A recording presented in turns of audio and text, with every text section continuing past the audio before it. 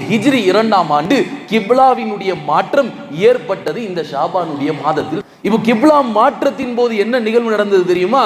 சில முனாஃபிக்கின்கள் சொன்னார்கள், அல்லாஹ்விற்கு வேற வேலை இல்லையா?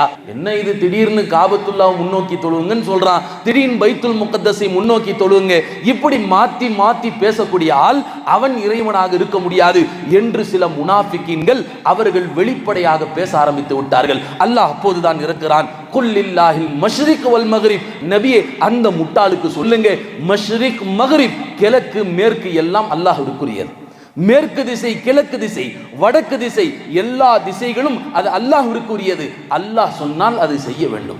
அல்லாஹ்வினுடைய கட்டளை என்று சொன்னால் அது நிறைவேற்ற வேண்டும். இவன் தான் உண்மையான ஈமான்தாரி. இவன் தான் அல்லாஹ்வினுடைய கட்டளையை உடனே நிறைவேற்றுவது என்பது அது சஹாபியத்தினுடைய அடையாளம் சொன்னான். அல்லாஹ்வினுடைய கட்டளையை உடனே நிறைவேற்றுவது சஹாபியத்தினுடைய அடையாளம். உலமாக்கள் சொல்லி காட்டினாங்க. பெருமானார் திரும்பினார்கள், எந்த கேள்வியும் கேட்கல. யா ரசூலுல்லாஹ், ஏன் இப்படி மாற்றம்? எதற்காக வேண்டி திடீரென்று காபத்துல்லாவை முன்னோக்கி தொழுகிறோம் என்று எந்த சஹாபியும் கேள்வி எழுப்பல. அல்லாஹ்வுடைய தூதர் முன்னோக்கி தொழுதாங்க, சஹாபாக்கள் முன்னோக்கி தொழுதாங்க. ஆக ஹிஜ்ரி 2ஆம் ஆண்டு கிப்லாவினுடைய மாற்றம் ஏற்பட்டது இந்த ஷாபானுடைய மாதத்தில் சொன்னாங்க.